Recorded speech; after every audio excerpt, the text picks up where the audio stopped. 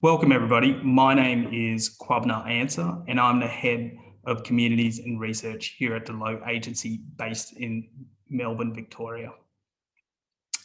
The LOE Agency is a multicultural research and communication agency providing community insights, community strategy and engagement programs to help our clients to engage audiences from diverse backgrounds. We have worked on some really important communication and strategy projects with amazing private and government clients. And recently, myself and the team have been working with the Federal Department of Health on the COVID-19 CALD collateral and strategy development. Off the back of the work, we have decided that there was a need to host a webinar with faith leaders on the crucial role they have played, not only during the pandemic, but within the communities on a daily basis. The timing has turned out to be particularly precedent right now, given that here in Victoria, we've just entered a 7-day lockdown.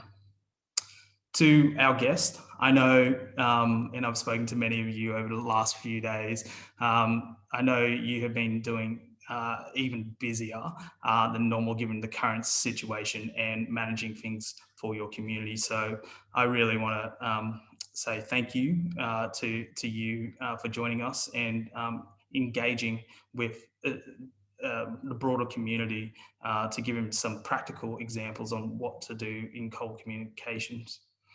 So let's welcome our guest. I'm pleased to introduce our first panelist, Jasby Singh.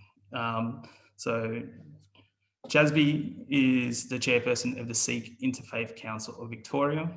The Sikh Interfaith Council of Victoria has been integral to creating awareness and understanding of Sikhs and Sikhism in the Australian community. Its mission is to represent Sikhs on the multi-faith platform in Victoria. So Jasby, I'm thrilled to welcome you here today. Our second panelist, no problems. Our second panelist, Mohammed Modi, is the immediate past president of the Islamic Council of Victoria and is the current vice president. He is also the deputy chair of the Faith Communities Council of Victoria. He is a microbiologist by profession, having lectured in the Department of Microbiology at Monash University for over 20 years, and is currently working in the Department of Health in COVID-19 vaccination program. He also oversees the COVID response and the management of the ICV and the Muslim community. So Mohammed, I know you're in your car. I'm thrilled to welcome you today. And I know you've been busy helping your community and visiting people in hospital. So I really appreciate it. And we look forward to hearing what you have to say today too. Thank you. No problems. Our final panelist, the Reverend Father Morris Dahoud from the Assyrian Orthodox Church. Father Morris is passionate about his community and most importantly works with young people in and out of his community as a faith leader. He has been sought out by many people to provide counselling and support through the COVID-19 pandemic. So Father Morris, I'm thrilled to welcome you here today and I look forward to hearing your responses as well. Thank you. So just some quick housekeeping rules for everyone, for our national audience. The format of this webinar is pretty much an open discussion and it's based off the questions already submitted by you, our webinar guest. We will be accepting questions throughout the entire webinar and we'll endeavour to put all of them to our panellists, time permitting. But as I said, this is a real open conversation between our panellists. And so we want to kick off straight away, starting with Jasby, followed by Mohammed and Reverend Morris with this question. So given that the idea of the webinar was based on an observation about how critical faith leaders have been during the COVID and vaccine communication, and seeing as in Victoria, we've gone into a bit of a lockdown, a sensible place to start is to understand the role of faith leaders in the last 24 to 48 hours. So that critical communications, wanting to understand from you, Jasby, starting off in practical terms, what role have you been playing over the last couple of days? Hello, Kwabe. Thank you for having us online. I'm honored to be with my fellow brothers, Reverend Maurice and Mohammed. Now, the role we have been playing, or rather I've been playing, is together with the team of the other Gurdwaras, which is a Sikh place of worship, on the sudden changes that, in fact, we were kind of preempting that something like this going to happen, given the past experience we have seen when they had another lockdown some time back, a sudden snap lockdown. Now, the role was because many people have booked their programs in the places of worship, in the gurdwaras, and also in homes. So many things were planned, and we had to quickly update the gurdwaras, which the Sikh Interfaith Council of Victoria, together with Sikh Australians for Family Violence, where also I run that organization, we try to get as much update and as fast as possible to update the gurdwaras of the changes.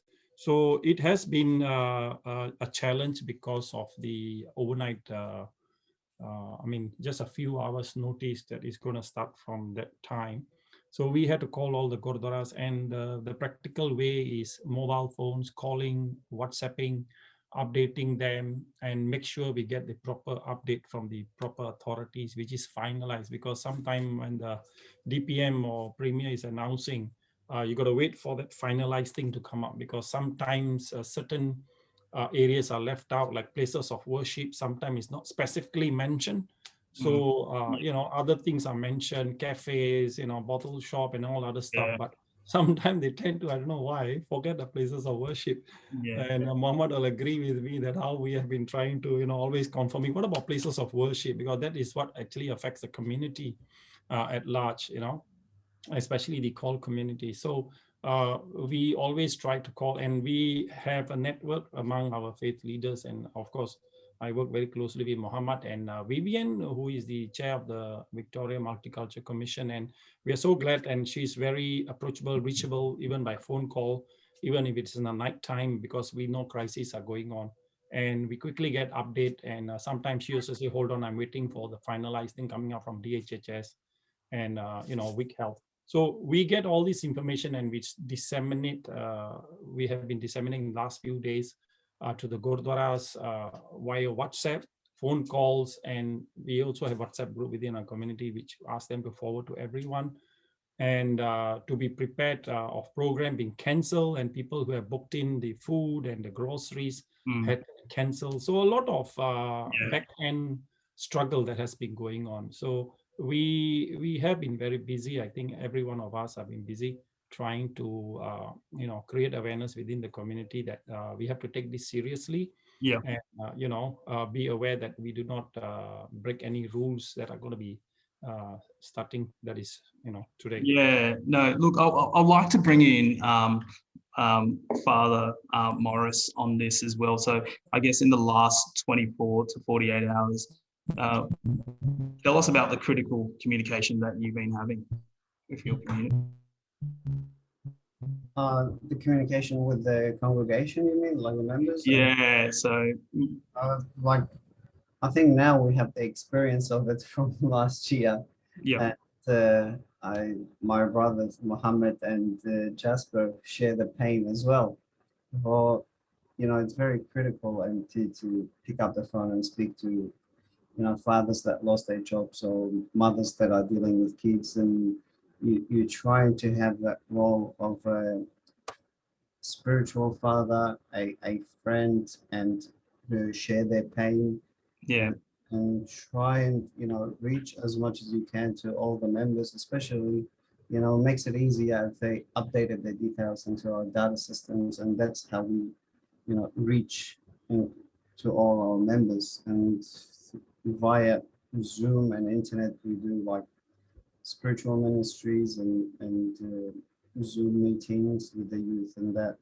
So it has been critical, but I think we are blessed to be in this country when we, we're having a government that's helping in any way they can. At the same time, trying to keep everyone safe. It's very hard, and I hate to be in their positions. Yeah, of course, of course.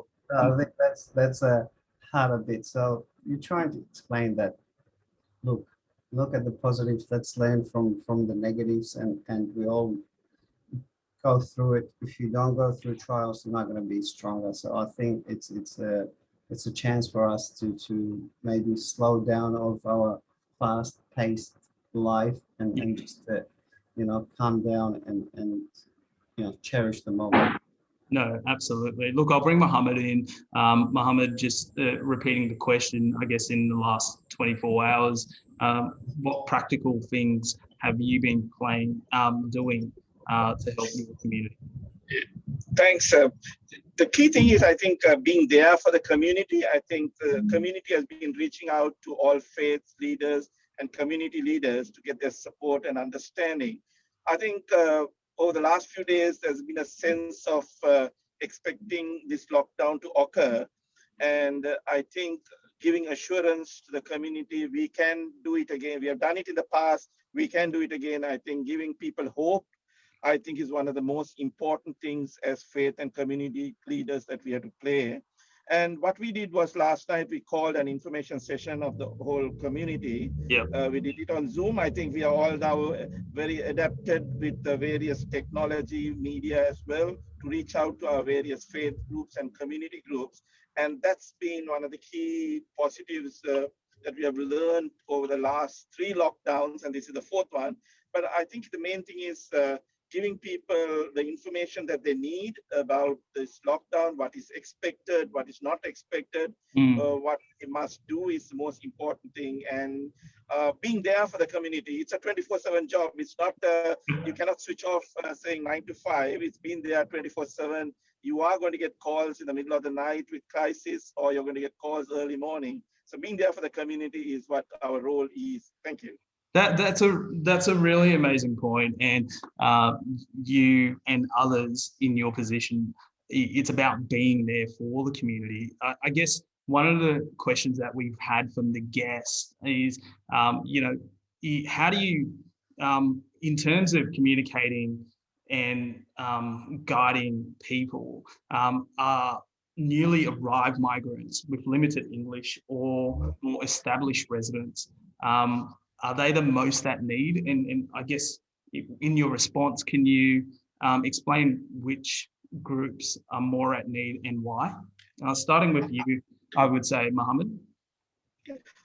I think it's not only the newly arrived migrants that need support, it's also the well-established communities. We are talking of maybe 3-4 generations of people here, and the first generation migrants will still find English as a language that might be difficult. But I think it's that face-to-face contact. We might not be able to do it now, but being there, sort of reachable, reaching out, a phone call to a person saying, how are you? A simple phone call, I think, can make Well, we're just having a few connections. big difference. Yeah. So I think it's that content leaders, but also a lot of volunteers, because so many volunteers. So I should get home in 2 minutes time and I'll be fine. But just having volunteers there to support the reach out to the community is one of the best. Yeah. Fantastic. Jasby, I'll bring you in on that. So I guess, established or newly arrived migrants. Yeah, like what Mohammed said, it's not just the newly arrived migrants. I mean, definitely they need it, because we then try to find those translated resources for them. And also we have this Punjabi and NBC radio, I think that's done by some department, which they send out through we have a community leaders WhatsApp group, which all different communities are there. So we also get information updated from there. And we have other and DHHS members who are also working with, I think, several communities. They also send to us. And of course, we get from MEG, Multicultural Advisory Group, and VMC. So what we get is always, which is now very good, like what Reverend Morris says, we're thankful for this government. They have already set up the kind of infrastructure we need to help us disseminate, but I think more can be done within the faith communities in terms of the government helping us with more resources other than the translation. Like if you look at me now, to understand the Sikh faith, I'm not like just the faith leader. We don't have the concept of priesthood. Every Gurdwara has a person who leads the prayer. We call him Granthi Sahib. I know in English we call them priest. But within every Gurdwara is managed by a management committee, and everybody is working except the person running the daily, affairs of the Gurdwara. We call him Granthi Sahib, which is like a priest. The rest of us are all volunteers. We have a full-time job, and it's always a challenge to, get all these things disseminated in time. So we are hoping one fine day, we have enough of financial resources or other resources to have somebody full-time, who can run and update community as and when they need. So it's always like a struggle. Like Muhammad said, our line is 24/7, and we try to find all those translation in Punjabi and send it out to all the communities, and even those who are busy working. We try to reach out to them and let them know what is happening. And importantly is the phone call and the network that we have set up from our past experience. That is in place through our WhatsApp and whatnot, social media. Yes. No, you've raised some really good points in there, which I'll touch on a bit later. But Reverend Morris, I'll give you the opportunity to respond to that. So, in terms of, do you feel it's established, or is it newly arrived migrants with limited English that need more information and guidance from faith leaders? They didn't leave many options for me, did they? No, they tend to. They've covered it all, but I know you have some words of wisdom in there. Well, even like other than the newly arrived and migrant, there's elderly people as well that have no one that need help. It doesn't have to be so much translation, but even with shopping and the lockdown and the health to visit the doctors. I think this is really vital for the faith leaders to reach to them as well, and the disabled. Yeah. Which I think they're the groups that need the help most. And like I said, some old people that live by themselves that has no one to visit. Like one of my brothers said, a phone call would mean a lot to them. And most of them, like when you explain to them all the rules and regulations and that touch of tenderness when you speak to them, some of them cry on the phone, which is, I think it brings us closer to each other. Yeah, that's very true, and I think if you can kind of elaborate as well, how do you, in your role as a leader, connecting with family units? I mean, the practical element. What are these practical elements that you're doing to help connect with family units? Well,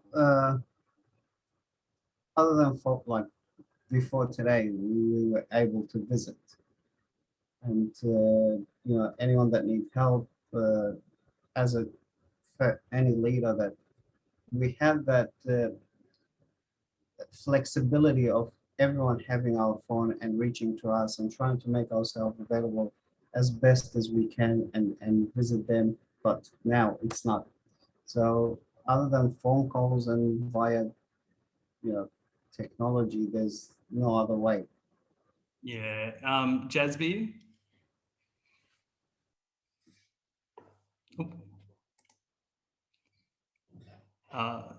Yeah, okay.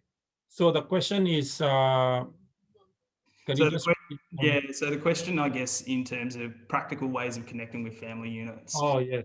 Now, what we have, like I mentioned earlier, we have the WhatsApp network groups, and practically phone call is so very important. And like what Reverend Morris mentioned about the old age, I mean, they are another category, but because of our cultural practice, normally the old people stay with their family in extended families. So most of them are quite well supported, but still having a phone call to them and letting them know what is happening through their Punjabi. We have also our Punjabi radios and channels. Also through that, and SBS Punjabi also is there. So all these, we send them the links and they can listen, and also through the Gurdwaras.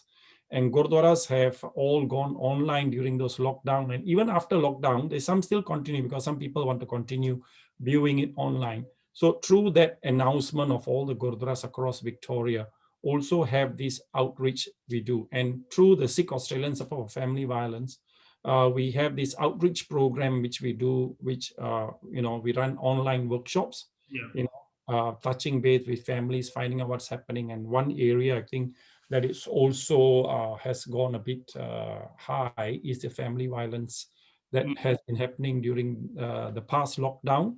And of course, now people are more aware that if there's a family violence, they can leave home and they can travel beyond that 5 kilometers if it's it's a safety issue. Well, it's interesting that you say that. That's something that we will touch on a bit later in terms of sickness, disabilities, and the role faith and the role faith leaders play in that CALD communication. Mohammed, in answering that question, I also want you to discuss behavioural change, how faith leaders are influential in behavioural change within their communities. Thank you. I think one of the key things through this pandemic is I think that people have reached out beyond their families. People have come together, and I think people look at community as a whole, as a family. I think people have moved away from this one little unit to this large volume of extended family or extended friends and community. Because during the pandemic, one of the key things that we saw was, irrespective of whatever faith or ethnicity, people came together. People reached out, whether it be to your neighbors or to your friends or even a stranger. People did reach out to that. I think that's been one of the most, if you think of positivity from COVID, that was one of the positivity of COVID, is there was this change in culture that there was people thinking of others than themselves. So, and I think as faith leaders, one of the key things that we try to promote is you need to look beyond your faith, beyond your little group and beyond your community, and reach out and support one another to get through this pandemic. And we've done that. We have done that, whether it be in providing food, whether it be in providing support and counseling. I think people moved away from that supporting only their community or only their little suburbs and looked at the bigger picture. Yeah, no, that's a really good point. And Father Morris, I want to bring you in on this because I know you've worked with a lot of young people in your role. And I kind of want to understand behavioural change. How do faith leaders communicate with young people and help change their kind of thinking? Well, you got to lead by an example. I can't tell them to follow the rules, yet I don't follow it. And the same time, like you try and encourage them to follow the rules and to say it's for the benefit of everyone. And like my brother Muhammad said, we live in a multicultural country, and a multicultural country means that we have to respect, tolerate, and embrace each other. Doesn't matter who is it. So by showing that you showing an example and you being a good leader, and when they see that your leaders like that, and they would follow it, and you'll be surprised. Some of the youth that we all know that they're against this, and this is conspiracy, and this is that, and so you're trying to bring the whole picture all together of what's happening and try and just calm them down. They're hot-blooded. You can't control that. They're youth. Yeah. And you try and bring your experience, your past experience, and explain to them, and not try and be judgmental, not trying to be angry, not trying to be, not you have to do it, but explain in any way possible. And even sometimes I had to do some research to some question that they ask. No, that's very true. And just quickly, could you touch on, I guess, young people relating to their family's faith, or are they finding that being in Australia, whether established or newly arrived, that that it isn't as important being in the Australian content? Well, the new generation is full of questions. Okay. The prior generation, I think they followed their faith from families, but now we came to a generation which is science, technology, and asking questions. Why do we do that? Why do we do this? How come, in the Bible is like that? How come this word doesn't mean that? And it's good. And when you preach and explain your faith to them, all that traditions and rituals that the family does will come into picture, which some of the families that don't have that ability to because they've taken faith like that, but just for being faith, Yeah. asking questions, and I think that the new generation is adapted that with living in Australia. Yeah, no, that's a really good point, because I guess Australia is, we're talking about a lot of issues, and not only which in CALD communities, things like sickness, death, and disabilities are some of the less talked about issues. And so, Jasby, could you, as faith leaders, can you? Can I make a comment on what Yeah, Father absolutely, Morris said, Reverend Morris? I think I totally agree with you. I think in today's generation, like if you look at our generation, when our parents told us to jump, we just jumped. Today's generation, if you'd ask a kid to jump, he'd ask you how high he must jump, how far he must jump, what is in it for him. So I think today's generation is more inquisitive and more wanting an answer than just accepting faith on the premise that we grew up in. Like we accepted the traditions, the cultures, the practices, but today's generation is different. Today they have the access to media, social media, the various websites to find information, and they're going to continuously seek that knowledge and ask these questions. You ask a 5-year-old, he will ask you that same question. Yeah, no, and that's absolutely right. I think, the new generation are asking a lot of questions, and I guess with those questions, how do you navigate important issues like sickness, death, and disabilities, fragile topics with families where you do have the traditional and then the new age, and I guess. Jasby, what is happening in the Sikh community to reduce that gap and have those open conversations?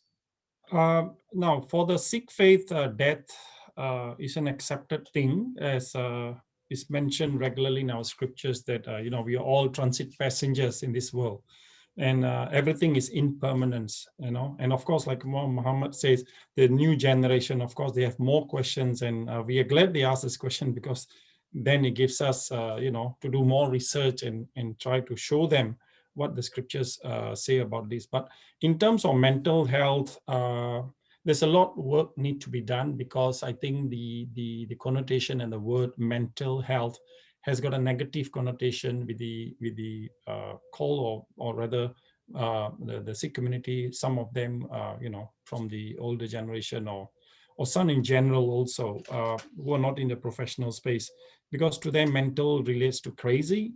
So they think, oh, mental, no, I'm not mental, I say, no, it's about anybody can get mental health. But I think changing the word from mental health to well-being, with a positive word coming to it, that, to look after your well-being, make sure you're not stressed.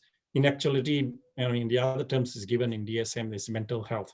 So mental health, there's a lot more work need to be done to create the awareness.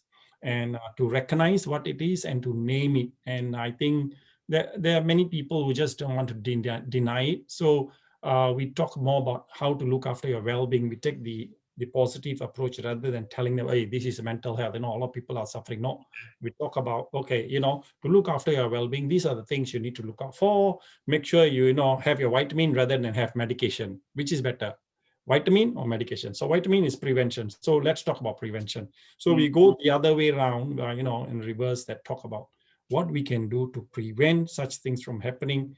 And of course, disabilities, if they are there, they are getting all the necessary help from NDIS and whatnot.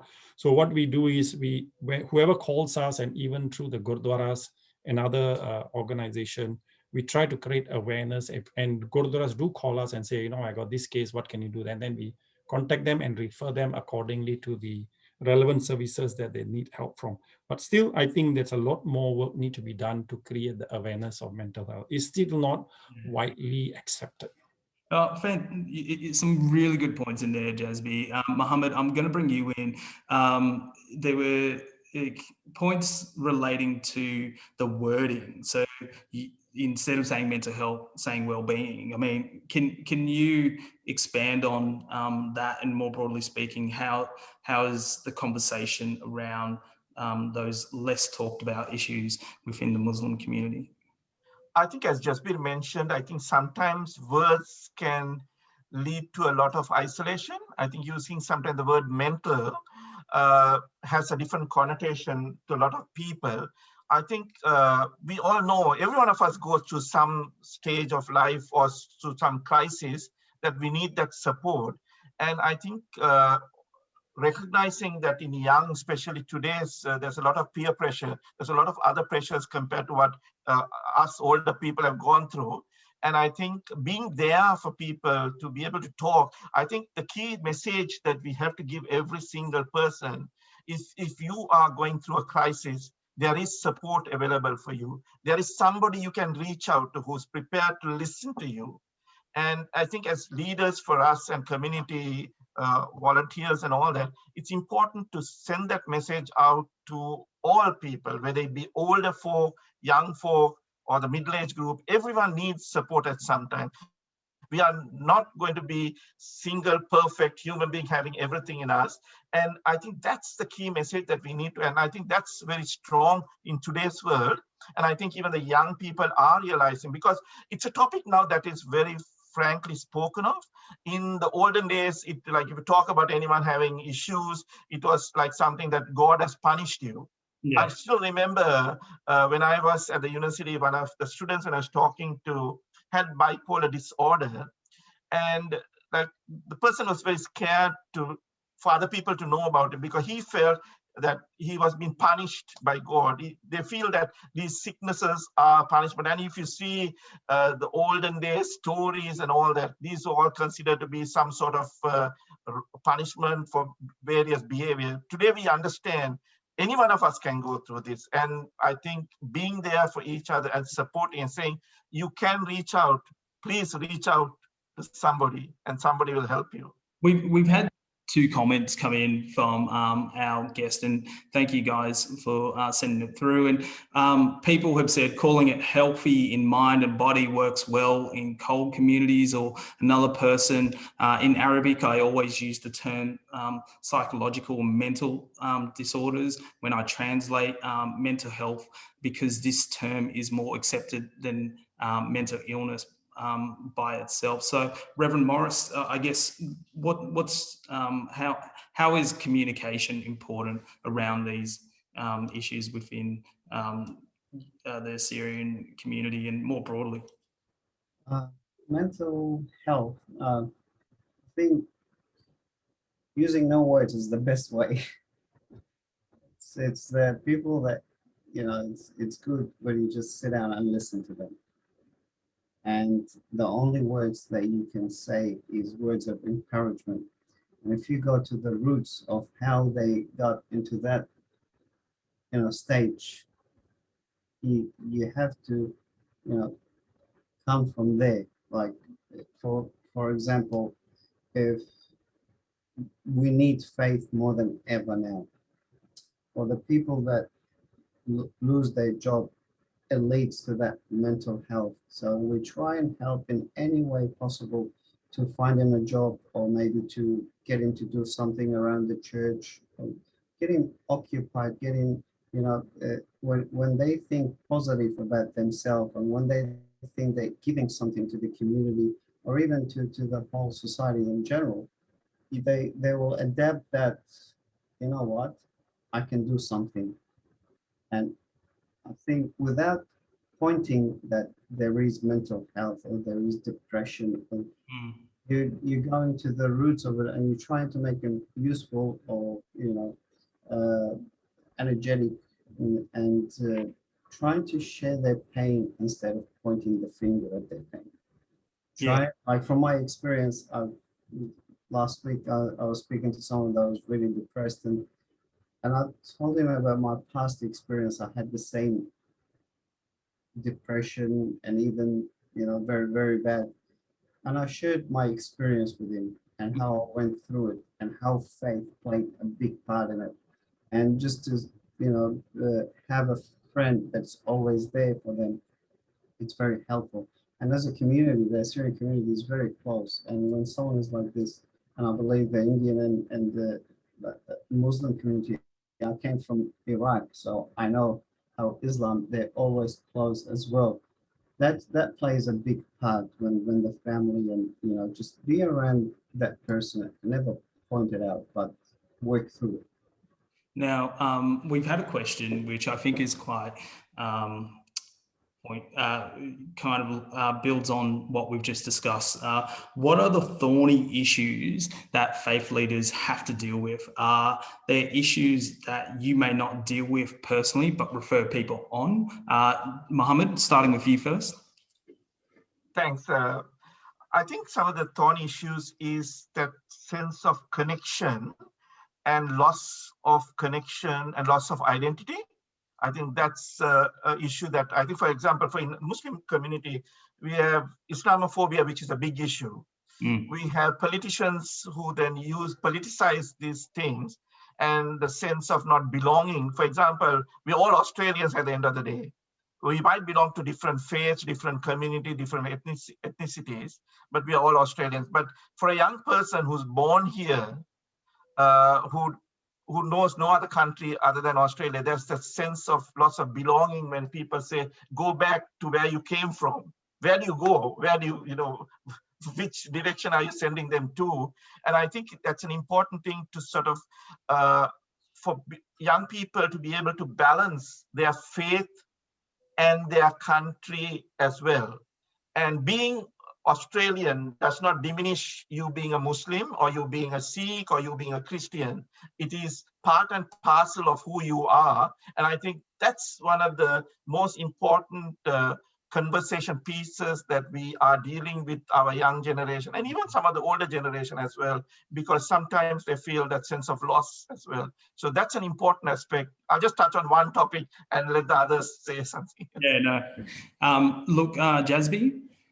Yeah, I think Mohammed has really touched the topic where it is most thorny right now, and has been, and I think a lot of work needs to be done in this area now within the Sikh community. Now, if you look at me, I have a turban on my head. One quick look, either you see Mohammed wearing a headdress, or you see me wearing a headdress. Now, for us, our beard, our turban, we're not allowed to pluck, shave any part of our body hair, and we carry the 5Ks. And a lot of our students in schools get bullied. And this bullying has affected a lot of children, not wanting to follow the faith, or parents are struggling, trying to encourage them to follow the faith, and yet, the children say, we don't feel accepted in school. The peer pressure, there's one peer pressure that Reverend Morris mentioned, but there's another level of peer pressure where your identity of how you look is not accepted, by the bigger group sometimes. I'm not saying all schools, some schools, but the number of bullying, it is a lot. We are now working to collect data. Recently there was an issue in Sydney also, and many other schools. And just because of one incident, they paint the entire community with one brush and say all are banned from practicing their certain articles of faith. But having looked at it, there were so many other incidents between students fighting and using objects and stabbing each other. So why are we then profile or vilified just because we look different, because we are practicing our faith? If somebody is wrong, follow the rule, prosecute the person individually, but do not prosecute the community. Even in the virus, we know the virus initially, as mentioned in the news, I'm just talking what I read in the news, it came from Wuhan. And there was a lot of discrimination because of the virus. They're calling it a Chinese virus now. And then now because what's happening in India, some of them saying, oh, it's an Indian variant. It is not, it's a variant. It's a virus. Virus don't care what faith, what status, what color of your skin is. It attacks everyone. So I think we need to come as a community. And if we have made Australia our home, and we are thankful to the indigenous people for allowing us to live on their land, we respect that. And I think it doesn't give anybody a right to tell us, like what Muhammad says, you go back to where you come from, because it is not fair. I mean, at least we had a country where we came from and we came through the legal means and the proper means. You know, I don't want to go back to history, but rightfully, this is the indigenous land, and we need to respect them if they have welcomed us. And this doesn't give anybody any right to, you know, discriminate us based on the way we look and the faith we practice. Because to us, yes, I'm a Sikh, but I'm a proud Australian Sikh. Thank you. No, look, we've had quite a lot of questions come in, and I really want to get to all of them. And then what I want to do is kind of end with us talking about the pandemic and the vaccinations and how you as leaders are encouraging people to get vaccinated, and some practical solutions for our guests to walk away and go, okay, I can implement that going forward. So still on the same topic about mental health, we've had a question talking about what is your message to organisations, government and non-government, to ensure they include spiritual health in health and well-being initiatives, given that it is so important for the mental and emotional well-being of multicultural communities. So I just want some short, sharp examples, starting with you, Reverend Morris, and we can get through some more questions. Oh, no, Mohammed, maybe start with you. I think one of the key things to understand is when you talk to faith leaders, not all of them are qualified or educated in dealing in counseling. I think it's an important aspect of community networking. And I think one of the key things that the government should invest in, I think, training our priests, training our various imams, training our, pandits and priests in various other faiths to understand better and learn about counseling. There should be more programs, I think, offered to these people to be trained, because counseling is a different set of skills that you build up. And when you work with young people or older people, when you are offering counseling, it can be different means, because we all know that faith is the food for the soul. When you talk about faith, we're talking about the soul that we are trying to nourish and support, thereby supporting that holistic approach. So it is the support that we can offer in counseling and to all these various faith communities. Fantastic. I'll bring Jasby in. Unfortunately, Reverend Morris is frozen on our screens, but we're endeavouring to get in touch with him. Jasby, can quick, short, sharp response in relation to initiatives. Yeah, I agree with Mohammed. I think there's a lot of more resources the government need to channel towards faith communities and faith. Even me, train us more, train the community leaders and the priests, all those running the faith, because they are the first point of contact. Whenever there's an issue, there's a crisis, people go to their places of worship for immediate refuge or immediate help or advice. So I think it's very important to train them. And I think in terms of the well-being initiative, the message is, we have a phrase in our scripture, they say, Mana jite jakajit. He who conquers the mind conquers the world. It's not that I conquer the world. I do not let the world conquer my mind with their stresses. So I do not get sucked into the whirlpool of somebody's stress, but I'm able to maintain my peace. And not only that, I can even attract them to the peaceful space I'm in. So I think faith is so important that when you meditate, you get to know your inner self. Your inner self, I'm scientifically speaking, there's conscious and the subconscious self. So the subconscious self is your spiritual self. You are the soul of the supreme soul. We all from one source. So that is the message. Oh, fantastic, Jasby. Reverend Morris, I know you cut off there for a quick bit, so just wanted to get a quick, short response in relation to what message to organisations, government and non-government, to ensure they include spiritual health in health and wellbeing initiatives. I think maybe one of my brothers covered that, to train the faith leaders in counselling and you know, basic understanding in psychological, how to deal with them. And honestly, they've been doing a great job in providing for faith leaders and to always be there to the community. Fantastic. Look, bringing it to the vaccination and the pandemic, Mohammed, starting with you, I guess, one of the questions that we've had from the guest are faith leaders encouraging their communities to be vaccinated, and how difficult has it been to convince them to be vaccinated? I think one of the key things in the Muslim community that we did well before the vaccination process was starting to look at this, because we knew this was going to come, and sort of we sat down with the learned scholars in this area called the Fatwa Council in Australia, and we had a whole lot of doctors who sat down with them as well. We had this frank discussion, and we all support the role of vaccination. It's an important aspect, because it's not just vaccinating and protecting yourself that is important. It's also protecting your family and thereby protecting your community. Because I think one of the key roles as individuals of any faith is to protect and safeguard the community. And vaccination is one of those methods by which we can minimize the exposure to the disease. And we know with the COVID vaccine today that if you take the COVID vaccine, your chances, even if you do get COVID, is going to be a milder form, not the full blown. You're not going to be admitted to the ICU. You're not going to have the fatality also drops. So we are strongly advocating the promotion of vaccines, and we are pushing for people to take up the vaccine as well. Mohammed, has it been difficult to convince?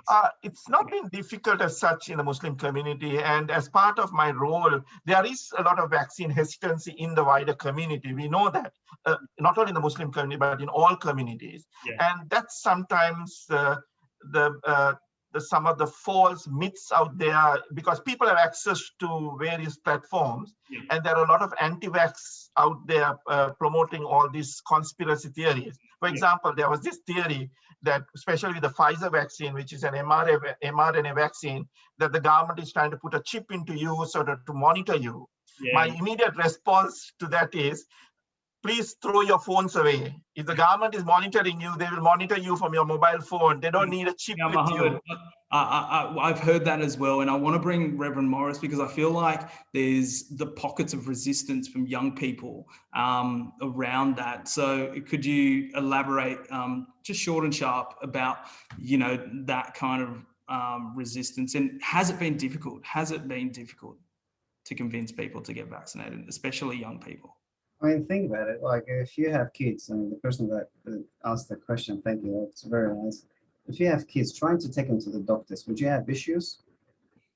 There's going to be a lot of issues. I got 2 boys, and anything that you try to do them something good, you have issues. Try and eat fruits, you're going to have issues. So that's normal. But when you sit down and speak to them rationally, and I think now they're more aware of what's happening around the world, and how, you know, third world countries, it's people dying, and, you know, hundreds or not thousands, and they don't have the capacity or the ability to bury them, or to, you know, do the rituals, because there's so many of them. They realize that the seriousness of this matter, it's not, you know, it's not the conspiracy. It's something else. And I think they're waking up and saying, hey, at the beginning it was like that because Australia didn't experience anything like that. And I think that's why they're adamant of being, it's conspiracy and it's a chip, and, you know. So at the end of the day, like my brother Mohammed said, it doesn't have to be a chip. they can put something in the water or in air. It is very true. Just one more point to add. I think in Australia, because at the moment the young people are not eligible to be vaccinated, so it's only the people who fall into those special categories. So I think there's a lot of thirst and demand for vaccination in the young people. That might change as the government releases and opens the vaccination program. So at this stage, we have not seen that pockets of resistance in the young because they are not eligible to be vaccinated yet. But yeah, I guess you're already hearing it. And Jasby, how do you, how has it been difficult encouraging older Sikhs to get vaccinated? I think there's not much on an issue. I mean, I echo what Mohammed and Reverend Lawrence has said. It's the same in all community with all the media and all that. I don't want to go there and repeat the same thing. It is there, and everybody has access to social media in different languages. So for our community, I would say what is happening in India now has become an eye-opener for the Sikh and Indian community. Yep. You know, it's better to be vaccinated than not being vaccinated. You stand a lesser chance of, you know, really getting it bad when we come in touch with COVID. So I was thankful to Muhammad who you know, told me that, you know, can you be a role model? And so I was arranged to go to Austin Hospital, and I got vaccinated with AstraZeneca. And of course, before even I go, even my own doctor was telling me, Karam, she said, you know, Dad, I heard about this blood clotting thing, you know, you be careful, you know, I make sure I said, don't worry. I mean, it is a very, very small percentage, you know, and I say any vaccine you take, there always some kind of side effect. And I have faith, you know, and I did ask the nurse openly, you know, I said, will he stop? She said, no, but will lessen the ability of you getting into ICU if you get in touch, you know, get infected by COVID. So the basic message is let's get, you know, vaccinated. At least we know that we have done something to, you know, cut down that infectious spread that is going to come to us. So we don't know what else to expect. So at least we are covering every gaps. So that was my assurance to the community, get vaccinated. At least we can move to the next step and know, okay, what's next? But if we have not done this, we don't know what is next, you know? Do you find, and this is a question for everyone to kind of, we're about to wrap up, but do you find creative communication is key as faith leaders to go, here is, you know, here is a dance group talking about the vaccine, or here is a comedian talking about vaccine? Is that, would things like that work? Do you have to think outside the box to help attract people to be vaccinated? Let's go. Yeah, I think what you really need is that personal assurance. You don't need all this song and dance and, you know, top politicians or key people to talk about. You need that one-on-one assurance, and that's what people are looking for. People want to hear, and this is what we have been doing from the department as well, is we are reaching out to the communities. We are engaging at the grassroots levels, talking to them, answering their questions, answering their concerns, and giving them some confidence that, yes, you can go forward. And as Jasby said, he rang me up before going to take the vaccine, and I was able to talk him through it as well, because that's the important thing. You can have all this media hype out there, and people are not interested in that. End of the day, they want that personal assurance, and that's where we as community leaders, faith leaders, vaccine champions will play this role of reaching out to the community. Fantastic. And Reverend Morris? Yes, I think we need to go for a coffee, me, Mohammed, and Jasper, because we have a lot in common, a lot of issues to share. Look, we can link it up. We can link it up once we're out of lockdown. After the lockdown, I think, yeah, I really agree. Like creative communication, sometimes, like, I'm not against comedian. I love to laugh and joke and this, but when you give it to the comedians, they will make it into a joke. This is a serious matter that speaking about, to get the vaccine and to you know, follow the rules. I think it's more, you don't need creative communication, you need critical communication.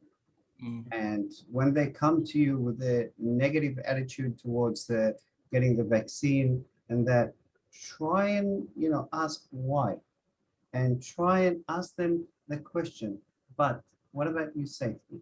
Yeah, I'm still young, like I don't care. I'll go through it just like a flu. I go, yeah, okay, you go through it just like a flu, and you're right.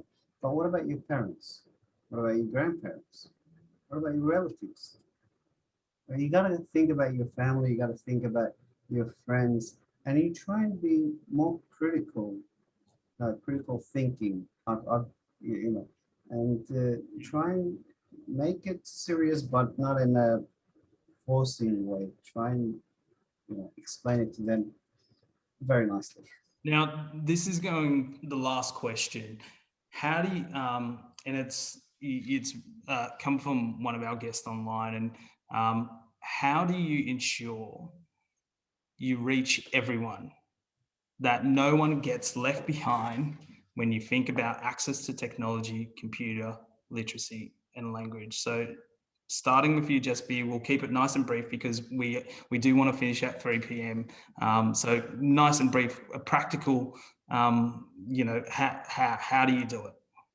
I would say right now, even our older folks have mobile phones with them because sometimes they're isolated at home. So they go online and listen to news from India and Punjabi news and, Gurdwara, the religious streaming of the Kirtan.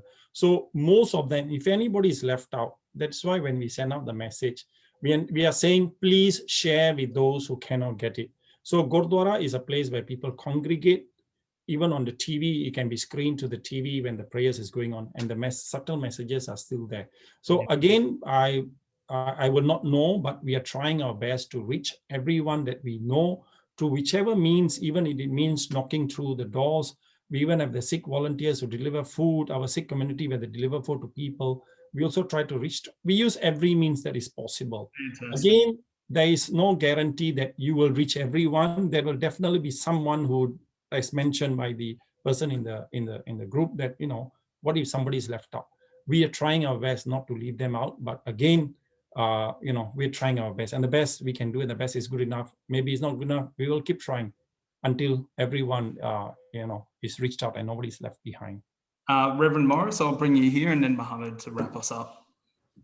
Yes, database is very important in any religious organization. Send messages and phone calls, and the media, which is like radio stations and TV channels that we share.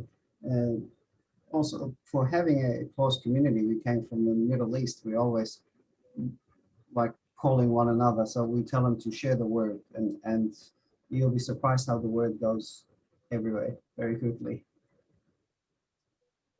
And Mohammed? Yeah, I think as both Reverend Morris and Jasby said, I think that communication one-to-one, or even sitting down for a cup of tea with somebody. You don't need to have, a big elaborate meal or something. Just sitting down with few people and talking to them, sharing their experiences and also their concerns. And thereby you just that rippling effect that you can reach out to other members of the community. They're going to go out. You sort of get them involved, get them to feel a sense of ownership, a sense of pride in their own communities, and support one another. And that's, I think, one of the best. Nothing to beat the volunteers we have. Today, I think how much the government can put in funding to various issues and events, the volunteers in all our communities are our heroes. They are the unsung heroes, and they are the ones who reach out into the community the best. Fantastic. And I just want to add in one more thing. I think very importantly in every community, find out who are the gatekeepers. Not necessarily sometimes they are the community leaders. They are the gatekeepers. You can have a president of a Gurdwara or mosque, but below them, there are people like Mohammed mentioned, volunteers or who are just silently working. You identify them, and just talk to them, and the ripple effect and the news within our community spreads faster than any other channel news. Thank you. That's awesome. The ripple effect. I really like that. Look, to wrap up, I want to thank everyone for attending this webinar with our amazing panelists. Reverend Morris made the point at the start of the webinar that we are blessed to have all three tiers of government helping and looking after us. And I know there are a lot of government reps and non-government agencies on this webinar. And I want to say you guys are doing an amazing job on the ground and making, helping to encourage CALD communities across Australia get vaccinated, but also answering those tough questions. I would like to expand on this and say that, you know, these communities are blessed to have you, and as leaders, the three of you, you know, it's been fantastic to hear your wisdom, and no doubt I think people have learned a lot about how to communicate with CALD communities, not just the older generations, but the younger generations, and what practical information can be used. So look, again, thank you from the LOTE team, and we really appreciate you all being here, and everyone stay safe, and yeah, stay blessed. I just want to say something final, and I think all my other panelists will agree. Yeah. We are nothing without our community. Community before self. Thank you. I always like to thank you, Praveen, and thank the Lord Agency for this, you know, blessing. And also, let's look at it positively. I think the coronavirus wouldn't give me this chance to meet Jasby and Muhammad. Now I got, you know, a connection with you guys. But plus, I like Indian food, so hopefully, Jasby, one day I'll come for lunch. Welcome. And Muhammad, hopefully we'll meet. That was a blessing. CALD. Blessing. Thank you. I just want to say one thing. People, please have hope. We will come out of this pandemic. We will come out of this lockdown. Have hope and be there for one another. Thank you. Amen. Thank you. See you, everyone. Stay. Bye.